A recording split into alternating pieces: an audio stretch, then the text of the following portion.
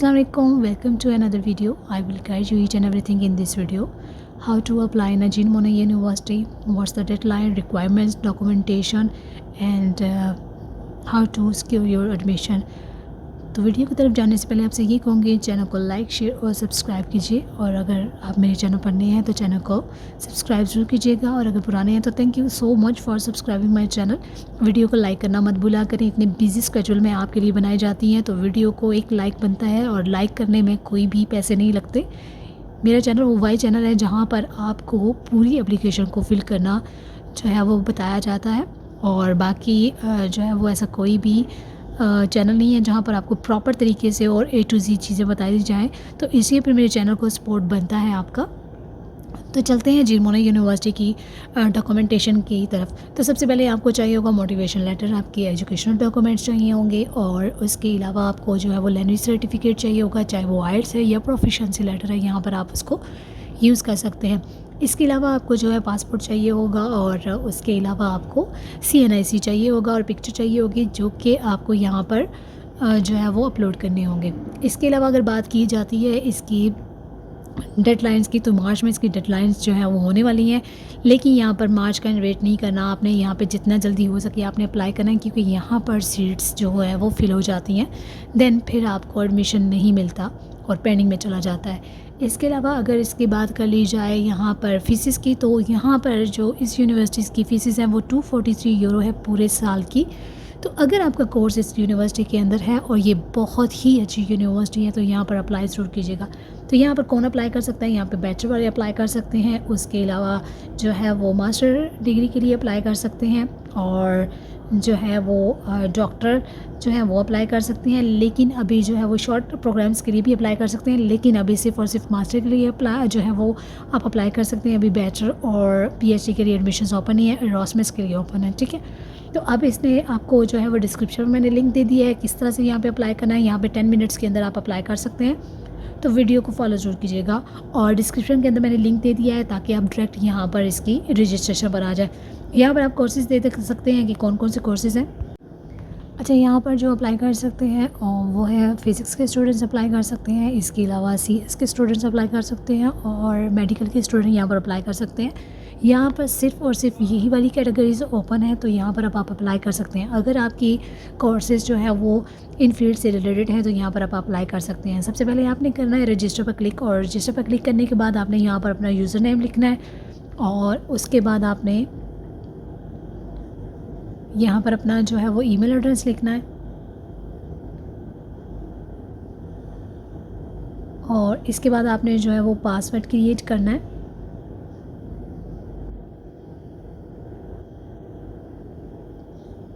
Password create करने के बाद जो है वो आपने पासवर्ड कंफर्मेशन पर क्लिक करना है, and then you will write captcha here, जो कि आपको स्क्रीन पर नज़र आ रहा है कैप्चा, वो आपने यहाँ पर देखकर एज इट इज़ लिखना है, और उसके बाद आपने रजिस्टर पर क्लिक कर देना है। रजिस्टर पर क्लिक करने के बाद आपका पोर्टल ओपन हो जाएगा और क्रिएट हो जाएगा।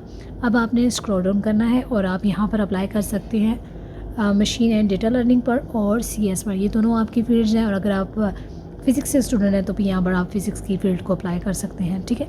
तो यहाँ पर मैं मशीन लर्निंग के लिए अप्लाई करने जा रही हूँ, तो यहाँ पर मैं सबसे पहले मशीन लर्निंग पर अप्लाई करूँगी। अप्लाई के बटन पर क्लिक करने के बाद आपने यहाँ पर अपनी इन्फॉर्मेशन जो है वो फिल करनी है। तो सबसे पहले यहाँ पर मैं फ़र्स्ट नेम जो है वो लिखूँगी, देन आपने यहाँ पर लास्ट नेम लिखना है अपना, और मटीरियल स्टेटस जो भी आपका, ये मटीरियल जो भी नाम है आपका, वो आप उसको यहाँ पर लिख सकते हैं, अदरवाइज़ इसको स्किप कर सकते हैं। उसके बाद आपने जेंडर सेलेक्ट करना है, और देन आपने डेट ऑफ बर्थ यहाँ पर लिखनी है। डेट ऑफ बर्थ यहाँ बर्थ लिखने के बाद आपने ये नेशनलिटी लिखनी है, जिस भी कंट्री से आप बिलोंग करते हैं यहाँ पर आपने वो लिखना है। उसके बाद आपका पासपोर्ट नंबर होना चाहिए, और उसके बाद आपने अपना जो करंट एड्रेस वो आपने यहाँ पर लिखना है। लेकिन एक चीज़ आप याद रखिएगा, अगर आप किसी और कंट्री में वर्किंग कर रहे हैं तो उसके बाद जो है अगर वहाँ पे एम्प्लॉय हैं तो फिर वहाँ का एड्रेस आपने करंट में लिखना है, और परमानेंट एड्रेस में आपने जिस कंट्री से आप बिलोंग करते हैं वहाँ का आपने लिखना है। और अगर सेम ही है तो आपने सेम पर क्लिक करना है, और उसके बाद जो है वो आपने स्क्रॉल डाउन करना है, और यहाँ पर आपने टिक करके इसको सेव माय पर्सनल इन्फॉर्मेशन पर क्लिक कर देना है। इसके बाद अब आपने नेक्स्ट पोर्टल पर आ जाना है और यहाँ पर अब आपने अपनी डिग्री की डिटेल जो है वो यहाँ पर लिखनी है। तो आपने यहाँ पर डिग्री टाइटल लिखना है, जो भी आपका डिग्री टाइटल है वो आप उसको यहाँ पर लिखेंगे। इसके बाद आपने अगर आपके क्रेडिट आवर्स यहाँ पर हैं तो आप वो लिख सकते हैं, अगर नहीं है तो इसको आप स्किप कर सकते हैं। और उसके बाद डिग्री डेट लिखनी है आपने, जब भी आपकी डिग्री कंप्लीट हुई है तो वो आपने यहाँ पर डेट लिखनी है। और उसके बाद आपने यूनिवर्सिटी नेम लिखना है जहाँ से आपने कंप्लीट की है अपनी यूनिवर्सिटी की डिग्री, तो उस यूनिवर्सिटी का यहाँ पर आप नाम लिखेंगे। और उसके बाद आपने जो है वो यूनिवर्सिटी की वेबसाइट यहाँ पर पेस्ट करनी है। अगर आपके पास वेबसाइट नहीं है तो गूगल पे जाएं और अपनी यूनिवर्सिटी का नाम लिखें और वहाँ से कॉपी पेस्ट कर लें। उसके बाद आपने जो है वो यूनिवर्सिटी कंट्री सेलेक्ट करना है, जिस कंट्री में आपकी यूनिवर्सिटी है उसको आपने सेलेक्ट करना है। और उसके बाद जो है वो आपने CGPA यहाँ पर आपने लिखना है, जो भी आपने ऑब्टेन किया वो आप यहाँ पर लिखेंगे। और उसके बाद आपने अगर आपकी इसके अलावा डिग्री है तो आप ऐड डिग्री करके वो भी आप यहाँ पर अपलोड कर सकते हैं। इसके बाद अब आपने जो है वो अपने नॉलेज जो आपके अगर पास प्रोफेशनल नॉलेज है तो आपको C2 करेंगे, और अगर नहीं है तो आप A1 करेंगे, आपके पास नॉलेज नहीं है। इसके बाद आपसे पूछा जा रहा है कि आपने कभी भी मैथमेटिक की क्लासेस ली हैं, तो जाहिर सी बात है मैट्रिक में आपने ली हैं। अगर उसके बाद आपने नहीं ली तो कोई बात नहीं, आप मैट्रिक को अपने माइंड में रख कर यहाँ पर येस करेंगे। दैन आपसे पूछा जा रहा है कि आपने कंप्यूटर की क्लासेस ली हैं, तो आपने ली हुई हैं तो आप वो उसको येस करें, और अगर नहीं ली तो जाहिर सी बात आप उसको नो करेंगे। और उसके बाद यहाँ पर अब आपने जो है वो अपना पर्सनल एक्सपीरियंस लिखना है, जो कि आपने स्टडी के साथ अगर किया है तो भी, और अगर आपने कोई जॉब वगैरह की है तो भी यहाँ पर आप उसको ऐड कर सकते हैं। इसके अलावा अगर आपने प्रोजेक्ट्स वगैरह किए हैं उसके दौरान आपने कोई एक्सपीरियंस लिया है तो वो आप यहाँ पर पेस्ट करेंगे। इन दोनों बॉक्सेस के अंदर अपने एक्सपीरियंसेस को आप शेयर करेंगे। और इसके अलावा अगर आपके पास कोई एक्स्ट्रा स्किल्स हैं जो कि यहाँ पर आप नहीं मेंशन कर रहे तो उसके अबाउट भी आप यहाँ पर पेस्ट कर सकते हैं। जैसे आपके पास एक्स्ट्रा जो है वो आपकी जितनी भी एक्टिविटीज़ है वो आप यहाँ पर लिख सकते हैं। जैसे आपको प्रोग्रामिंग से रिलेटेड अगर आपके पास नॉलेज है, सर्टिफिकेशन है, या फिर आपके पास कोई इंटर्नशिप्स है तो यहाँ पर आप एक्स्ट्रा में भी ऐड कर सकते हैं। इसके बाद आप जो है वो स्क्रॉल डाउन करेंगे और यहाँ पर आपने इनको आप बताना है कि आपने इनकी यूनिवर्सिटी के बारे में कहाँ से सुना है, तो आप बता सकते हैं वेबसाइट से सुना है, या फिर मेरे चैनल का भी नाम लिख सकते हैं। और जिस तरह से भी आपको बेहतर लगता है वो आप यहाँ पर लिख सकते हैं, ठीक है। उसके बाद आपने जो है वो स्क्रॉल डाउन करना है और लैंग्वेज स्किल्स के ऊपर आ जाना है, ठीक है। तो इसको हमने आप करना है स्क्रॉल डाउन, और स्क्रॉल डाउन करने के बाद आपने यहाँ पर आप जो है वो अपनी इंग्लिश लेवल बताना है। अगर आपका जो है वो लेवल ज़्यादा है तो आप उसके अकॉर्डिंग करेंगे, वरना आप B2 करेंगे। और आपको जो है वो फ्रेंच लैंग्वेज अगर आती है या आपको नॉलेज है तो A1 भी कर सकते हैं, और अगर नहीं आती तो आप NS कर देंगे, यानी कि नो स्पीकिंग, ठीक है। और उसके बाद आपने स्पेनिश का भी इसी तरह से सिलेक्ट करना है, और अपनी नेटिव लैंग्वेज जो भी है आपकी वो आपने सेलेक्ट करनी है, चाहे उर्दू है, पश्तो है, हिंदी है, या बांग्लादेशी है, जो भी आपकी बंगाली लैंग्वेज है वो आप यहाँ पर लिख सकते हैं। और अगर इसके अलावा अगर आपको कोई और लैंग्वेज आती है तो भी यहाँ पर लिख सकते हैं। अच्छा, आपने अगर डिग्री जो है वो इंग्लिश में की है तो आप येस करेंगे, और उसके बाद फिर आपने जो है उन्हें बताना है कि आपने क्लासेस इंग्लिश में ली हैं तो येस आपने करना है। अगर आपके पास आइल्स है तो आप यहाँ पर आइल्स लिखेंगे और देन उसका नाम लिखेंगे और उसका जो बैंड है वो लिखेंगे। लेकिन अगर आपके पास नहीं है तो आप नन करके प्रोफिशिएंसी लेटर लिख कर और उसके आगे B2 को सेलेक्ट करेंगे। उसके बाद अब आपने जो है यहाँ पर चेक करना है कि आपको जो है वो प्राइवेट हाउसिंग नहीं चाहिए, आपको कैंपस चाहिए। और उसके बाद आपने यहाँ पर जो है वो येस के बटन को क्लिक करना है। और उसके बाद अगर आपको कोई स्पेशल नीड है, अगर आप डिसेबल हैं तो आप अपनी जो आपकी स्पेशल नीड्स हैं यहाँ पर येस करके उसको आप डिफ़ाइन कर सकते हैं, और अगर आप डिसेबल नहीं है तो फिर आप नो करके इसको स्किप कर सकते हैं। देन आपके पास अगर फैमिली आ रही है तो आप येस करेंगे, अदरवाइज़ आप नो करेंगे। तो डेफिनेटली जो फ्रांस है वो स्पाउस वीज़ा नहीं देख रहा तो वो आपने नो करना है। और अगर आप PhD की और एरास्मस के लिए कर रहे हैं तो देन आपने येस करना है। उसके बाद यहाँ पर अब आपको अगर कोई डिसीज़ वगैरह है तो आप येस करेंगे और उसको डिफ़ाइन करेंगे कौन सी है, और अगर नहीं है तो आप नो करेंगे और इसको स्किप कर देंगे। अब आप यहाँ से पूछा जा रहा है कि यहाँ पे जो है वो आपने स्कॉलरशिप कभी हासिल की है या आपको मिली है, तो आप येस कर सकते हैं और उसको आगे भी डिफ़ाइन कीजिएगा कौन सी है, और अगर नहीं तो आप फिर उसको नो करेंगे और उसके बाद जो है वो नेक्स्ट आ जाएंगे।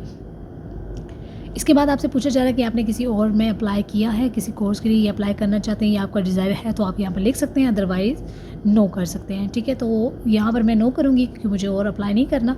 इसके बाद आपने अब डॉक्यूमेंटेशन पे आ जाना है, और सबसे पहले यहाँ पर अब आपने करनी है CV अपलोड। सीवी के बाद आपने एक पर्सनल मोटिवेशन स्टेटमेंट लिखनी है, और बहुत से स्टूडेंट्स को नहीं पता होता कि पर्सनल मोटिवेशन जो है वो क्या होती है, तो आपको इसको बोलते हैं मोटिवेशन लेटर, जो कि आपने लिखना होता है। पर्सनल स्टेटमेंट है या कवर लेटर है, सब ही एक ही तरह की चीज़ है, उसको आपने डिफ़ाइन करना होता है। आप क्यों ये कोर्स चूज़ कर रहे हैं, आपने क्यों यहाँ पे अप्लाई करना है, ये कोर्स आपके लिए कैसे हेल्पफुल रहेगा इन फ्यूचर, वो आपने यहाँ पर इसमें डिफ़ाइन करना होता है। अच्छा, यहाँ पर अब आप एक और चीज़ पे सवाल होंगे, कमेंट्स होंगे कि बर्थ सर्टिफिकेट अपलोड करना लाजमी है। नहीं है जी, आप इसको नहीं अपलोड करें। अगर आपके पास है तो आप कर सकते हैं, अदरवाइज़ आप इसको स्किप कर सकते हैं। वैलिड पासपोर्ट आपने यहाँ पे अपलोड करना है, और इसके बाद जो है वो एकेडमिक रिकॉर्ड्स को अपलोड करना है, और यहाँ पर सारी जो मैट्रिक से लेके लास्ट ट्रांसक्रिप्ट है वो आपने मर्ज करके यहाँ पे अपलोड करनी है। इसके बाद आपने रिकमेंडेशन लेटर्स 1 बाय 1 यहाँ पर अपलोड करने हैं। यहाँ पर 2 रिकमेंडेशन लेटर्स को आपको अपलोड करना होगा। अगर आपके पास एजुकेशनल एक है तो आप एक प्रोफेशनल लाइफ से भी बनवा कर इसको अपलोड कर सकते हैं। इसके बाद आपने प्रोफिशेंसी लेटर जो है वो अपलोड करना है या आइल्स अपलोड करना है, और अगर आपके पास रिसर्च वगैरह है तो वो भी आप यहाँ पर अपलोड कर सकते हैं। अगर नहीं है तो इसको स्किप कर दें, और उसके बाद आपने सबमिट माई एप्लीकेशन पर क्लिक करेंगे और आपकी फ़ाइल जो है वो सबमिट हो जाएगी। इसी तरह अगर आप एक से ज़्यादा जो है वो कोर्सेज़ के अंदर अप्लाई करना चाहते हैं तो सेम प्रोसीजर आप जो है वो फॉलो करेंगे। अगर किसी तरह की भी क्यूरी है तो आप मुझसे पूछ सकते हैं, और आपसे ये गुजारिश है कि जिस स्टूडेंट को मैं अप्लाई कर रही होती हूँ उनके ईमेल्स के ऊपर जो है वो आप अपनी क्यूरीज मत भेजा करें। डिस्क्रिप्शन में मैंने लिंक दिया होता है आपको, वहाँ पर मुझसे रब्ता कर सकते हैं। इंस्टा की आईडी है, उस पर भी आप मुझसे रब्ता कर सकते हैं, और उसके अलावा जो है हमारा व्हाट्सएप चैनल है, उसके ज़रिए भी आप हमसे रब्ता कर सकते हैं। इस तरह से जो है वो आपकी एक फ़ाइल सबमिट हो जाएगी, और दूसरी आप एप्लीकेशन को यहाँ पर अप्लाई कर सकते हैं। सेम प्रोसीजर जो है वो आप फॉलो करेंगे। इसके अलावा यहाँ पर अगर आप एडिटिंग करना चाहते हैं, अगर कुछ मिस्टेक हो गया तो आप यहाँ पे एडिट करके इसको एडिटिंग कर सकते हैं इसकी, और फिर इसको सबमिट कर सकते हैं। तो अपना बहुत सारा ख्याल रखिएगा। अल्लाह हाफिज़।